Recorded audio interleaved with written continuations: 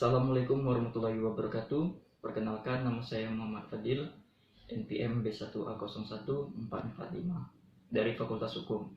Pada kesempatan kali ini saya akan menjelaskan uraian pemahaman saya tentang makna dan arti pentingnya Pancasila sebagai dasar negara, makna dan pentingnya Pancasila sebagai ideologi negara, makna dan arti pentingnya Pancasila sebagai sistem filsafat, makna dan arti pentingnya Pancasila sebagai sistem etika, dan makna dan arti pentingnya Pancasila sebagai dasar pengembangan ilmu pengetahuan.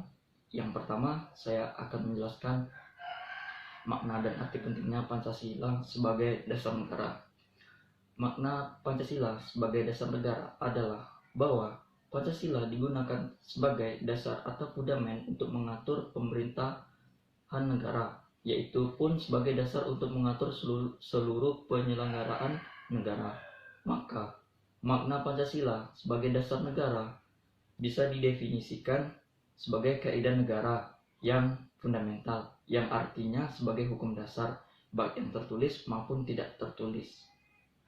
Bisa dibayangkan sendiri, jika negara tidak memiliki dasar negara, sudah pasti seluruh penyelenggaraan negara tidak akan memiliki pegangan ataupun pedoman yang kokoh, sehingga setiap warga negara memiliki pegangannya masing-masing dan pada akhirnya melahirkan perpecahan. Yang kedua, saya akan menjelaskan makna dan arti pentingnya Pancasila sebagai ideologi negara. Secara umum, makna Pancasila sebagai ideologi negara adalah Pancasila sebagai dasar sistem kenegaraan untuk seluruh warga negara Indonesia yang bercita-cita bangsa. Selain itu, Pancasila juga bermakna sebagai nilai integratif negara.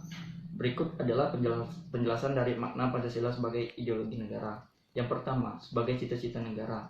Ideologi Pancasila sebagai cita-cita negara berarti bahwa nilai-nilai dalam Pancasila diimplementasikan sebagai tujuan atau cita-cita dari penyelenggaraan pemerintahan negara.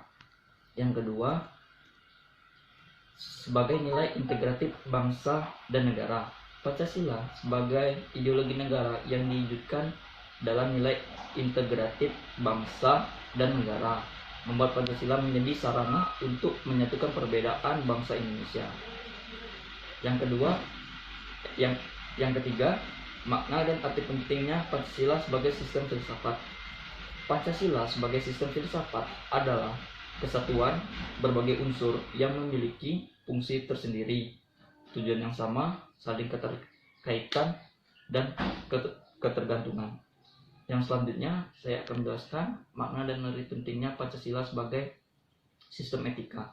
Pentingnya Pancasila sebagai sistem etika bagi negara atau bangsa Indonesia ialah menjadi rambu normatif untuk mengatur perilaku kehidupan bermasyarakat, berbangsa, dan bernegara Indonesia.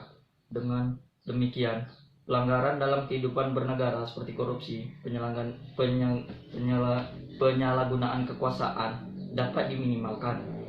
Yang selanjutnya, saya akan menjelaskan makna dan pentingnya Pancasila sebagai dasar pengembangan ilmu. Pentingnya Pancasila sebagai dasar pengembangan ilmu adalah untuk memperlihatkan peranan Pancasila sebagai rambu-rambu normatif bagi pengembangan ilmu pengetahuan di Indonesia. Selanjutnya, saya akan menjelaskan wujud atau bentuk pengalaman saya tentang nilai-nilai dasar Pancasila yang sudah saya lakukan.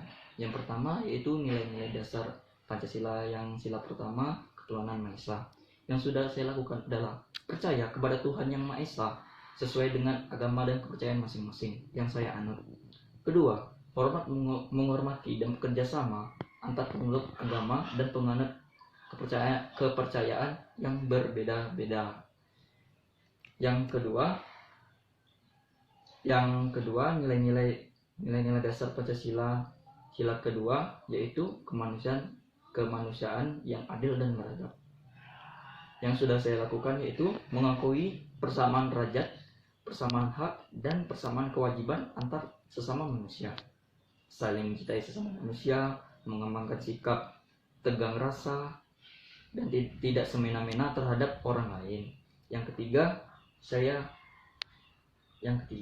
saya akan menjelaskan nilai-nilai dasar Pancasila yang sila ketiga, yaitu persatuan Indonesia, yaitu menempatkan persatuan, kesatuan, dan kepentingan bangsa negara di atas kepentingan pribadi dan golongan, rela berkorban untuk kepentingan bangsa.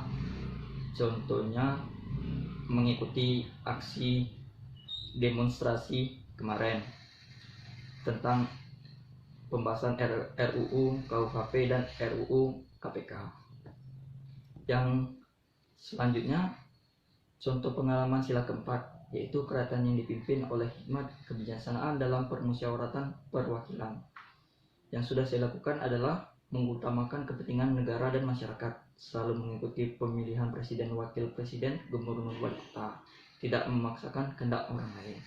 Yang terakhir yaitu contoh pengalaman sila kelima, keadilan sosial bagi seluruh rakyat Indonesia, mengembangkan sikap dan perbuatan yang luhur yang mencerminkan sikap kekeluargaan dan gotong royong, bersikap adil, menjaga keseimbangan antar hak dan kewajiban, bekerja keras, tidak berpoya-poya dan bermewah-mewahan.